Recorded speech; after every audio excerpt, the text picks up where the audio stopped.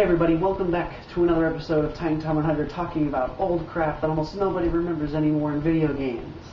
Alright, viewers, so I know that it's been a long time since I've uploaded anything, and I'm sorry for that long wait, so what I decided to do is to do another big retro review about one of my favorite systems of all time. This is the Atari. Actually, wait. No, that's not it. This is the Atari system, so let's just plug this in. And we're going to be playing some big games. The Atari was released in the early 1970s and made some classic games like Pac-Man, Pitfall, and Pole Position.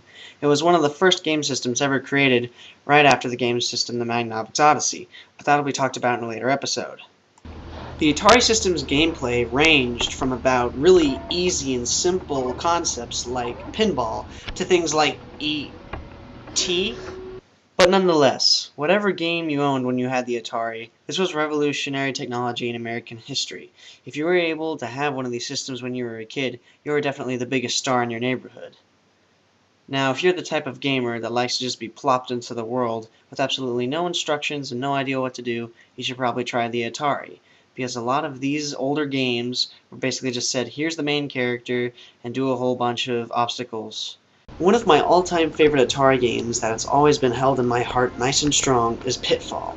Pitfall is based off Indiana Jones, and you're this guy that's stuck in a jungle, and you only have 20 minutes to escape, finding paths around scorpions, alligator holes, and disappearing water? This is laws of physics. One point that I need you all to understand about Pitfall is that I do love it. The only issue is that it's so darn impossible. I mean, it does take you those 20 minutes to complete the game. And there's really only one way to do it successfully. Create a map. Because see, the way that my dad would play is that he would get a sheet of paper, and then he would just, draw his map, and be all like, okay, within these next 20 minutes, I have to go from here to this, that, and all around. It's so confusing. So that's when you know that your game is a little bit too hard. Even though this wasn't an early stage, they should have realized that if it's going to take them 20 minutes to do that and they have to go on a certain path to beat the game, that's not necessarily going to work out that well. It makes me mad.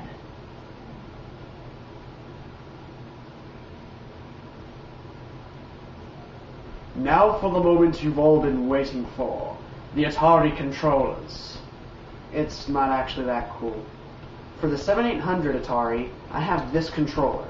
It has two red buttons on the side that don't react to nothing, and there's a joystick that don't react to nothing.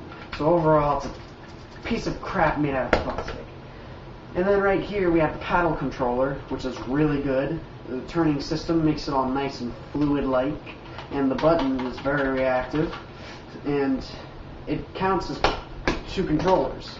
You can either play it single player or with a friend. No matter what, you always have the two controllers.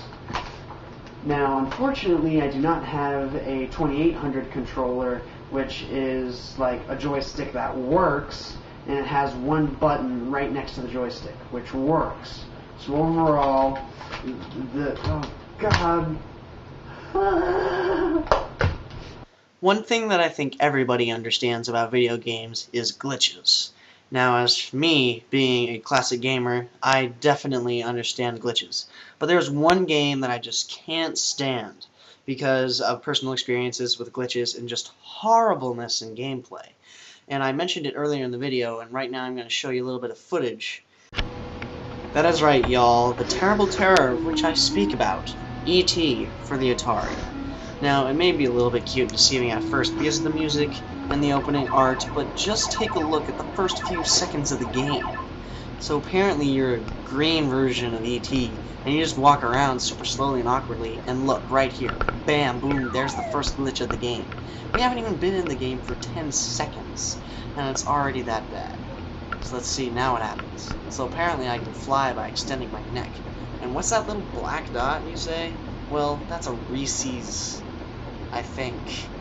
If you guys remember, there's a part in the movie where E.T. is collecting Reese's, or just eating them, but that's irrelevant to the topic. Now, see, I just fell into a hole, and then this guy chases me and I just fall instantly right back into the hole.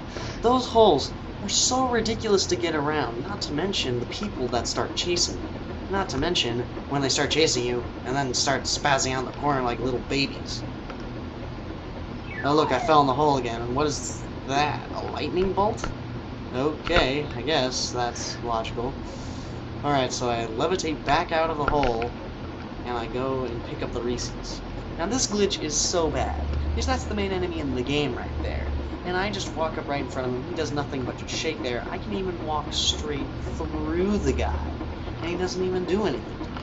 This is just outright ridiculous, how bad this game can be with glitches. Oh yeah, that running thing, if you run too fast and go off the screen, you're probably instantly going to run into one of those really stupid pits. Oh, look, another lightning bolt, or slug-looking like thing. I have no idea what that is. And I guess to finish it off, there's an old lady chasing me, and I fall down yet another hole. Yay. Some of you are probably saying, whoa, Titan 100, hold the phone. Not all games are bad. The only thing is that I agree with that. Right now I'm just focusing on the bad sides of the Atari.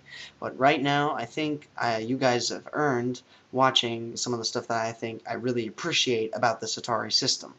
So I talked to you about one game that I really think is good with the Atari, and I talked to you about one game that I think we should gather up all the copies and burn in a huge fire.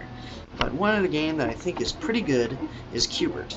Now, what I really like about Q*bert is that it implies the fact that it can be a really simple game, but it can keep you involved and entertained.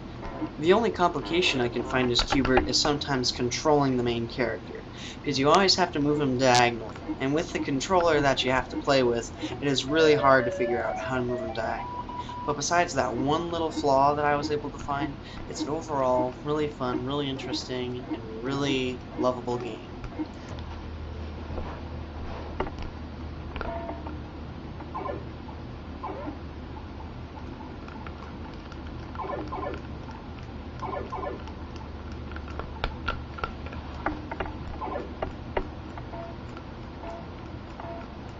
Did you say you were going to bed, but I'm not done with the night.